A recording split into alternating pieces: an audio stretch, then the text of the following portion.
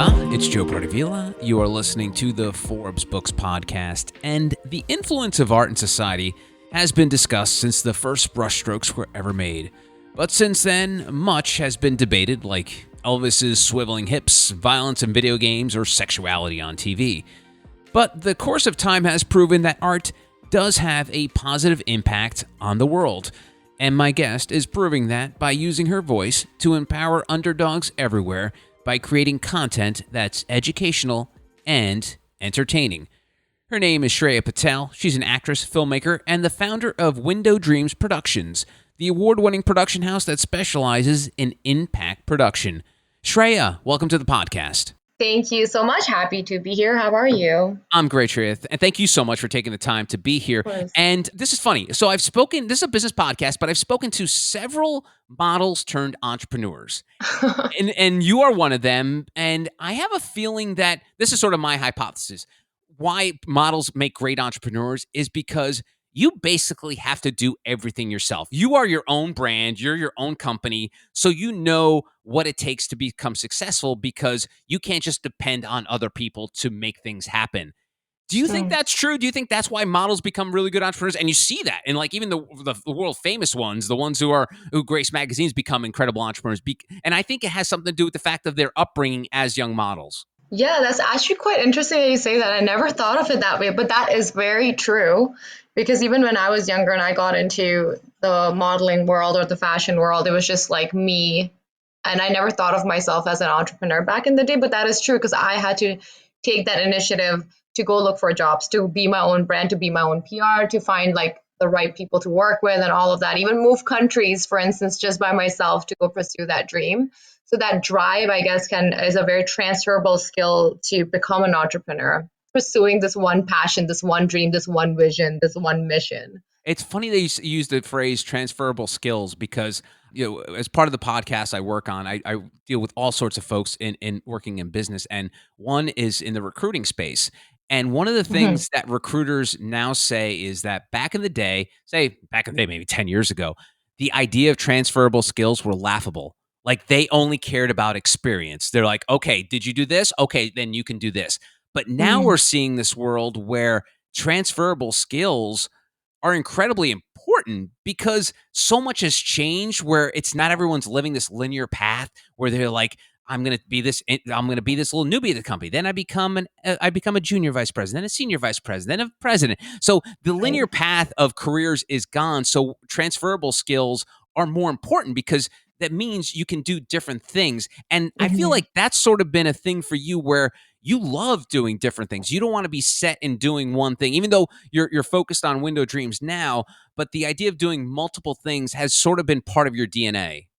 Yes, that's true. What you're saying is very, very true. Like transferable skills is a thing that's like a lot of people around me are like that as well. I don't think that, back in the day, they would always say, like, oh, choose one thing.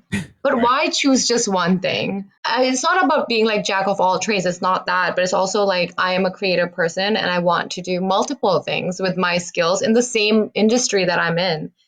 And so, like, yes, for me, it's like, oh, I direct and then I produce as well. And then I act as well. I write as well. And why can I not be good at everything? Because if I'm not, like, just being in my field in itself, like being in an entertainment world, making films, it's hard. It's a very, very hard job. And to get the funding that's required, or if I want to be an actor and just getting a job just as an actor is just very hard. You have to do like 3, 4 auditions before you land a role. So why should I just wait for someone to give me that role? Why can't I just make my own? And to make my own, I train myself in writing and directing and producing. And not that you're not making super entertaining stuff, but it seems like a lot of your stuff it has a purpose. I know you're Yeah. focused on mental health and human rights. Why was it important to sort of bring your own personal, I guess, view of this planet that we live on as part of entertainment? Because sometimes that's really hard. As you know, sometimes when you're watching a documentary or even watching a fictional narrative, sometimes it feels, oh boy, these people are really preachy. These people are really hitting you over the head with something. But you seem to make that a big part of your entertainment enterprise. So why was that important to you? I think it kind of started from back in the day when I used to be in the fashion industry. I was also a humanitarian, so my mom's a humanitarian, so I kind of learned how to volunteer my time a lot when I was younger. So even when I was in the fashion industry and when I had time off, I used to volunteer at like many like NGOs and things like that. And during that time, I realized that there's a lot of disparities between like first world countries and third world countries and how people deal with underprivileged and marginalized people. So during that time, I was like, oh, I feel like I've lived a lot for myself in the fashion industry. I kind of wanted to do something for somebody else and be a voice for someone that needs one. And that's why I got into like impact storytelling and documentary filmmaking.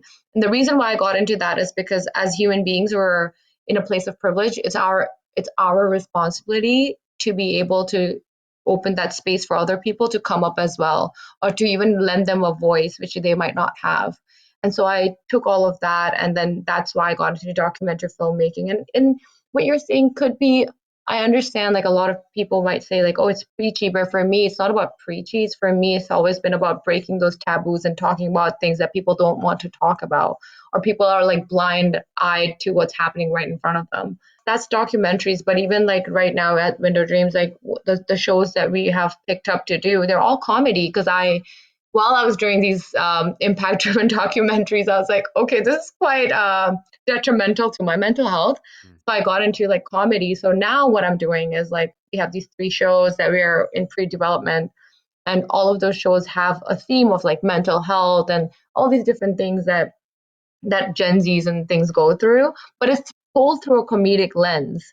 So you might not realize that, oh, we're trying to talk to you about mental health. It's just like you're laughing through it, and then you're like, oh, wait, like that was interesting. What a slice of life.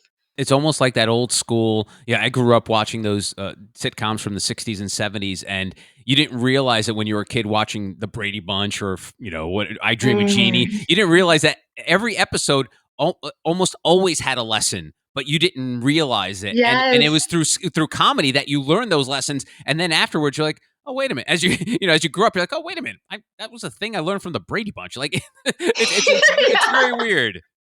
No, it's so beautiful, right? Because like when you relate to the storytelling, that's brilliant storytelling. When you are able to say something in a very beautiful way, and the audience member just leaves with feeling like fulfilled or understood, or oh, I learned something. But it's not supposed to be like this is what you need to learn. Yeah. It's just given to them in such a relatable way that you're like, oh, my eyes is open to something new, and I learned something. And I know you talk about your voice and you talk about empowering the underdog in your work. And I've always been a fan of the underdog because I think I've always envisioned myself as an underdog. My Mm-hmm. family are immigrants. My father came from Spain as a guy working on a ship. My mom was a Cuban refugee. So we had to always we were bootstrapping before bootstrapping was an actual word people used in normal Yeah. everyday life. To me, I love underdogs. Like if I'm a big sports fan, if there's two teams playing that I have an allegiance to, I'm always all about the underdog, no matter what. What is it about Same. you Yeah. empowering the underdog? Why is that important to you? I think for me, just like my family are like, I come from a family of immigrants and they have gone through a lot. Like, it has been very hard for my dad as a child to grow up and from India and then come here, go to the Middle East and then come here. And he's such a success to me because of the way he lives now. But his story and my mom's story have been quite hard, and they gave us a good life. And for me, I'm like, okay, what do I do from here on up? But when I first came to Canada, I was bullied as a child. I don't think anyone has opened the door for me, I could say. Oh, Because I look a little different from the city that I come from. And it was just hard. So I had to break down doors for myself. And I don't want anyone else to go through that. So because of that, if I open the door, I want to leave the door open for someone else to come up to because it's a party up here. Why should you do it? Why should you be alone on the top? Like, let's bring everyone up here. I think everyone should have an equal opportunity. And that's how I lead my life. And that's why I'm like, I feel like I'm an underdog as well, just like you, because of the experiences that I've had growing up. And now I'm like, okay, if I am here, why not pull other people up too? And I feel like more youngsters do have more resources now. So back in the day, though I did not have a mentor, my parents were a great support system, but they're not in my field, right? Like it's like they're engineers. So for me, I'm in the arts world or in the fashion world, the entertainment world. I had to just make make my own path or find my own people or find my own tribe. That's awesome. You are actually a more talented, better looking version of me, but we have similar. No. We have similar type of. We're on the same wavelength because Mm-hmm. I feel that we all need to give each other grace. Like I Mm-hmm. always I end every podcast by saying, live by the golden rule. Treat others as you want to be treated. And I've had conversations with folks where they'll say like, you don't have to be nice to everyone, and I say to them, well, okay, well, you don't have to be nice to everyone, but that doesn't mean you should choose to be unkind to someone. So, because Yes. there's a big difference. Because some people are like, well, if you treat everyone the same and all nice, everyone's gonna treat you like a doormat, and not and if that's your worry, then okay, cool. Take it out of the equation. Be nice to everyone, but don't be unkind to other people, regardless of what they look like or how they act. And I think that's how Yes. we can be better human beings, better entrepreneurs, better what have you. What's your take on that? That's actually quite beautiful. I do agree to that because you should not be unkind to anybody. Why?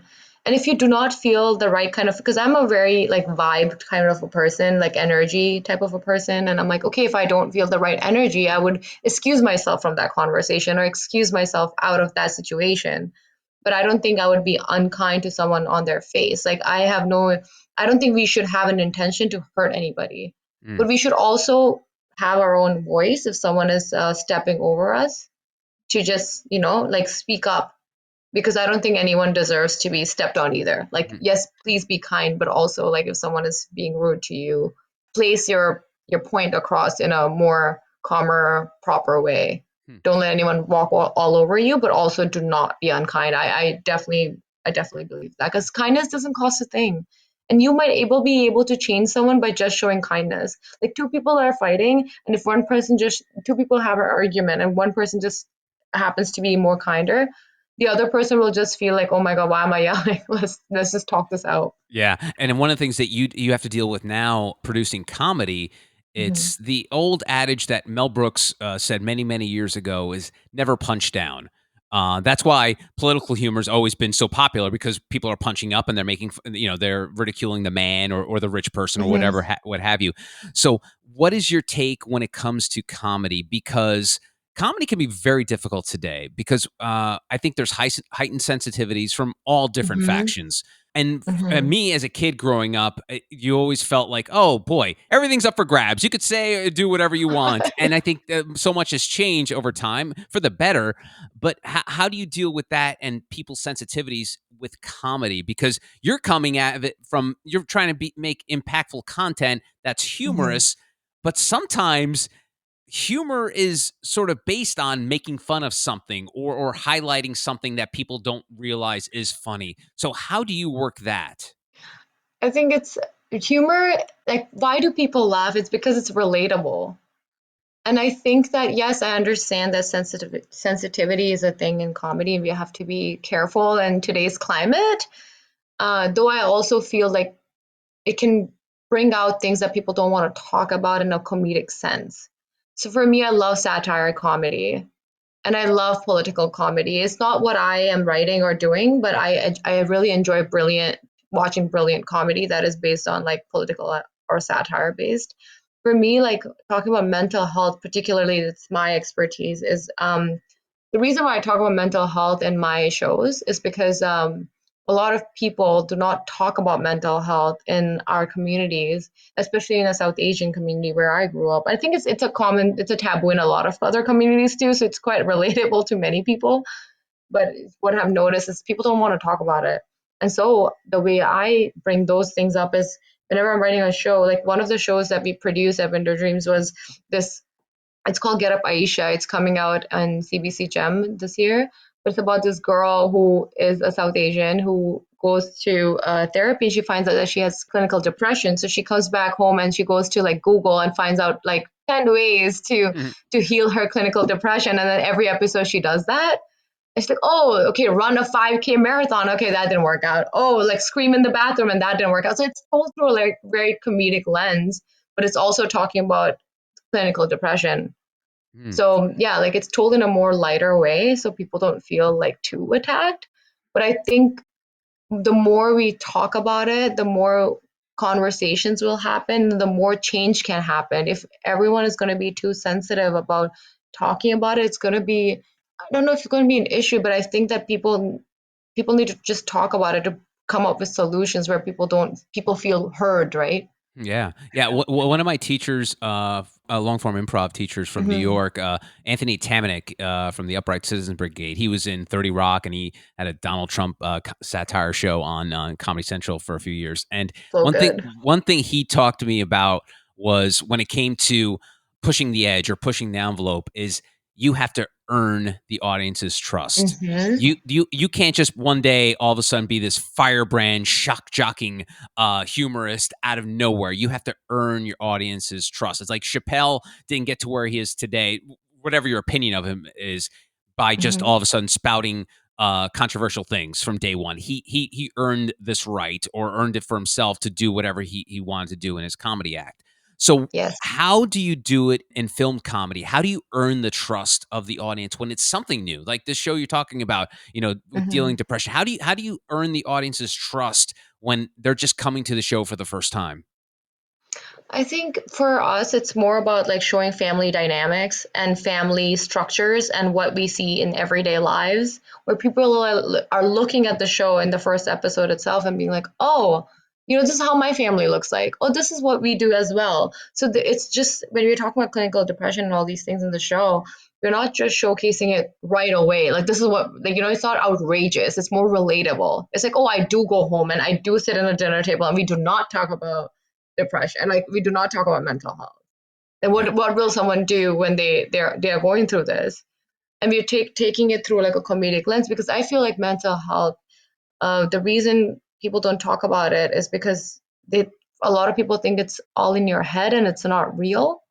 And when that happens, and when someone is going through something terrible, they lock themselves away from people because they don't feel heard, and that could create a lot of feeling of lost and loneliness, and your family member is like, why is this person always in their bedroom, why don't they go out, and like it goes into like a more darker like future. Mm. Instead, the show shows, okay, so what would you do, like in a comedic lens, like what would, okay, my family is dealing with this, okay, I'm going to go to therapy, like it's just like really really slowly brought into conversation about mental health.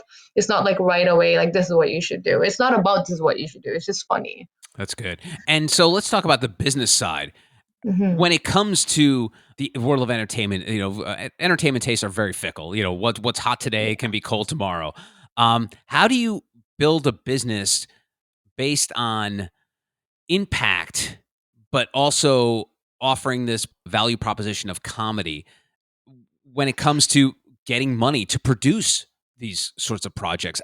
Can you walk me through the process over there at your company? Yeah, so for us, it was important that since COVID, right, it was important that we make people laugh, and it has to come from a purpose, and each show or each episode or each film that we choose to even like produce has to have meaning attached to it. So when someone leaves the show, they feel warm at least, or that they have learned something.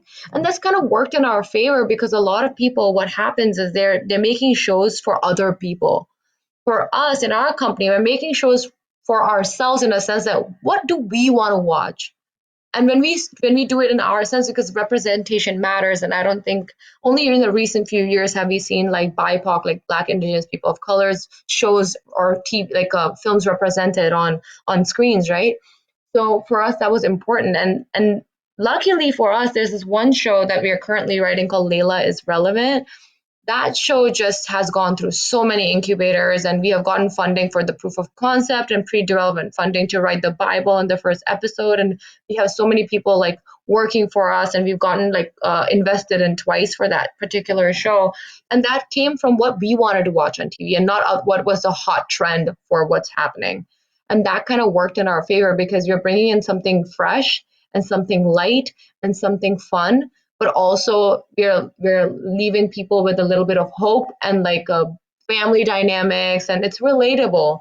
It's outrageous, but it's also relatable. And I think that kind of worked for us. And not just with Layla is Relevant, we have another two shows called Career Guide to Matchmaking in Southwestern. Both of them again have gotten pre-development fund to write the first episode and the Bible, which is very rare, because normally networks expect you to come in with a Bible and a first episode already written Mhm. without the money, but we have gotten funded and invested for all of them because of why do we want to make this? And then we explain them why we want to make this and why we are the right people to tell the story. And it has worked wonders for us versus before we're like, what's the hot trend? Okay, everyone wants a thriller. Everyone these days wants a procedural. And I'm like, no, that's not what we do. Like, I don't want to do that. That's funny. And what do you think of the future of South Asians in the world of entertainment? Because they have certainly seen more opportunities recently. You know, starting with Crazy Rich Asians and a Marvel show with Miss Marvel, and you're Mhm. seeing more and more representation. From where you are you seeing enough of it? Are you seeing it trending in the right direction? Talk to me from your perspective. I do think it's going in the right direction. I also do, however, think that more South Asians or just Asia or people whose stories are being told need to write those stories and need to direct those stories. And that needs to change. But there's a lot of change that's happening already. So it's going towards an upward trend, which is great. And a lot of people, from what I understand, like even when we pitch our shows, that people are interested in knowing our perspective because when I pitch my show, I'm telling the truth. I'm saying that I'm just writing a Canadian story that just happens to be South Asian, Mm. and so like my story is no different than any other person's story. And Yeah. so like when we were writing this show, even we pitched it in LA, like a LA consulate, and we were like, oh, Layla is relevant, and they're like, why is this like great for us? And they loved the show, by the way, but I was just like, well, Bob from Minnesota could relate to the fact that everyone goes through insecurities and fear of failure in their lives, and that's what this show is about. So it's I don't talk from a South Asian perspective. I talk from just a human perspective, and I think that's what's more important to showcase because what's happening in the last few years, not Miss Marvel or Crazy Rich Asian, those were amazing, loved it, but just like what I see as in auditions and things like that, like maybe like Adam is writing writing this show and it's very like stereotypical. It's like, oh, we want more like represent BIPOC representation, but it's extremely stereotypical. It's, oh, she's a engineer whose dad is wanting her to be in an arranged marriage or something like that. And I'm like, that's none of that is true. I grew up in this small town called Sarnia, and I was in the fashion industry. I went to the circus school and all these like random things that is true for me, but they make this very stereotypical roles for us, and that's why I think that writing the shows that we are writing is like how we want to be shown on TV, how we want to be represented, because we are no different than anybody else. We're all humans at the end of the day. And yeah, and also you're battling two stigmas. One, the mental health one, which you've discussed, and now this Hmm. stigma of, oh yeah, white people from the middle of the country don't want to see South Asians on their television screen or movie screens. So it Hmm. is this re-education of not just the masses, but it's the people that control that Yes. funnel to get out to get out to the masses. Hmm. So what are you seeing from that view? Because you mentioned the meeting you had in LA, but are you seeing more and more people willing to take that quote unquote risk with having a South Asian lead in a project? That's a really interesting question to ask because I feel like we do have some allies in the networking world, like in the network world, who are very much like, yes, like let's tell your stories through your perspective, and oh, I'm able to relate to it because it's not trauma based or it's not like trauma porn, for instance, like, oh, you went through this and colonialism and all these things. We're just talking about normal stories. So there are a few people like that, but then there's also a few people who are also going with the trends.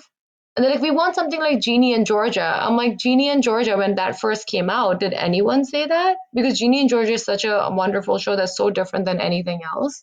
So someone took a risk on Genie in Georgia, but now everyone else is like, let's have a show like that. So it depends on the executives. If they really want to take a risk, they will. And we have met people like that. Far and few, not gonna lie, but we have met people who are great allies to these shows. And that's why we have gotten invested and we got very lucky. I don't want to even say lucky. I mean, we have worked really hard for it, but it's just that, we are able to tell our stories in a impactful way where people are able to relate to it and trust us with the money that they're giving us that this will be hopefully a success. You're right. You're not lucky at all. But I think one of the things I always talk about in this podcast is timing is everything. Shrey, Mm-hmm. you know as well as I do, if you were trying to pitch these shows 30 years ago, you wouldn't even get like a callback or even a reply. 100%. You know what I mean? So the timing is important. 100%. The example I use is like Mark Zuckerberg. is a gazillionaire because he created Facebook in the 2000s. If Mark Zuckerberg was born in the 1930s, we would not know who Mark Zuckerberg is. So I think Yeah, timing in what you do is so important. And but the thing is, so I talk about timing being important, but the thing is taking advantage of that timing. The fact that Shreya, you do have the opportunity where doors are more likely to be open than closed. I think that's the thing. We all have to wait for our time, but then take advantage of it when that door does creak open just a little bit. I do agree. I feel like opportunities can be created for people who work hard and are persistent, but also timing is everything. Like I think that knowing the climate around you is important. Like read the room, right? Like so that's a thing because in 2020 I made a documentary and then got into writing comedy. And the reason why we did got into writing comedy is because firstly, love comedy, of course, but it's also like what do people want right now? Not my story like oh, people are looking into thrillers right now or something like that, but what do people want right now? People want to laugh. So how do people want to laugh? I'm like, how do I want to laugh? Let me write something that I like to write. And I do have a business partner for Window Dreams. He's also a co-CEO with me. And we both met at the Second City Conservatory years ago. And so we both started working on this Layla is Relevant. And then she joined on to Window Dreams after.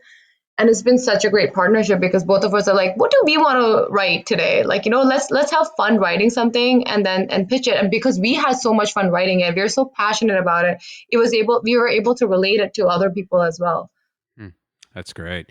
And lastly, Shreya, you identify as an eleuthromaniac.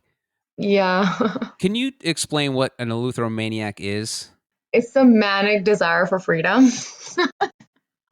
I feel like I'm a very free spirited person and I just love like just being free in a sense. I don't know why I have this, but I think that I feel so privileged to be able to say that I can now travel anywhere I want. I can do whatever I want. I create my own destiny because I'm a whole like I really truly believe that everyone has the power in themselves to create their own lives, and it doesn't just come from like oh traveling and things like that, but just like the having the freedom to know that if you set your mind to something you can achieve anything. There's no limitations, there's no fear. And a lot of people fear entrepreneurship, a lot of people fear creative entrepreneurship even more because it's a very risky and a very hard job, right? But I know that like because when I put my mind onto something I will achieve it, and that's the kind of free spirit I am. And if something doesn't work out, other things will work out in a sense. So just having that growth mindset and the want of always having this free mind is why I am an electromaniac. Wow. How did you discover that you were a eleuthromaniac? Is it something that one day you were like, what am I? Or how did that come across? I think I don't even know how I came across that term, to be honest. Everyone's like, oh, you're always a free spirit. You're always like, you take risks. And I'm like, yeah, my entire life has been a risk. I don't know anything else. I don't know if I've ever like been in one place. Not been in one place. I just feel like if I'm not comfortable with something, I always seek like a pursuit of happiness or a pursuit of like a betterment. Like I always want to be better. And then I have this like zest for life, and I just love like traveling and telling stories and getting to know people. And it's just so I don't know how I discovered that word, but a lot of my friends will just like anytime they have to describe me they're like, oh, she's a free spirit, she's a bird, she always flies and goes towards her dreams and all these like things, right? Like corny things that you hear. This word just came across and I think someone told me about it. It's like, you are this person. I was like, let me research this word. I'm like, oh yeah, that's totally me. I can relate to that. Oh, I love that. Her name is Shreya Patel. She's the founder at Windows Dreams Productions. Shreya, I cannot wait to see what comes up of from all the projects you're working on. It looks like you have hyper focused on what exactly you want things to become, and I think that Mhm. focus is such a big part of what anyone wants to be successful in life. Is you're focused on Yeah. that one thing and singularly focused on making sure that you're creating content that has an impact and can change people's lives. It's a big task, and you know that. From coming from the world of entertainment, you think like, oh, cool, let me just make something entertaining. Yeah, but you don't only want to make something entertaining, but you want to make something entertaining with meaning. So that's some work. And so I wish you the best of luck, and I'm looking forward to what your 2023 looks like. Thank you. Thank you, Joe, for having me. You're so welcome, and that's it for this episode of the Forbes Books Podcast. If you enjoyed the show, make sure you take a second to subscribe so you automatically get new shows when they drop. Also, if you have a minute, I'd love if you left us a review so more amazing entrepreneurs like yourself can discover the show. And please don't forget the golden rule and treat others as you want to be treated. Thanks for listening. Until next time, adios.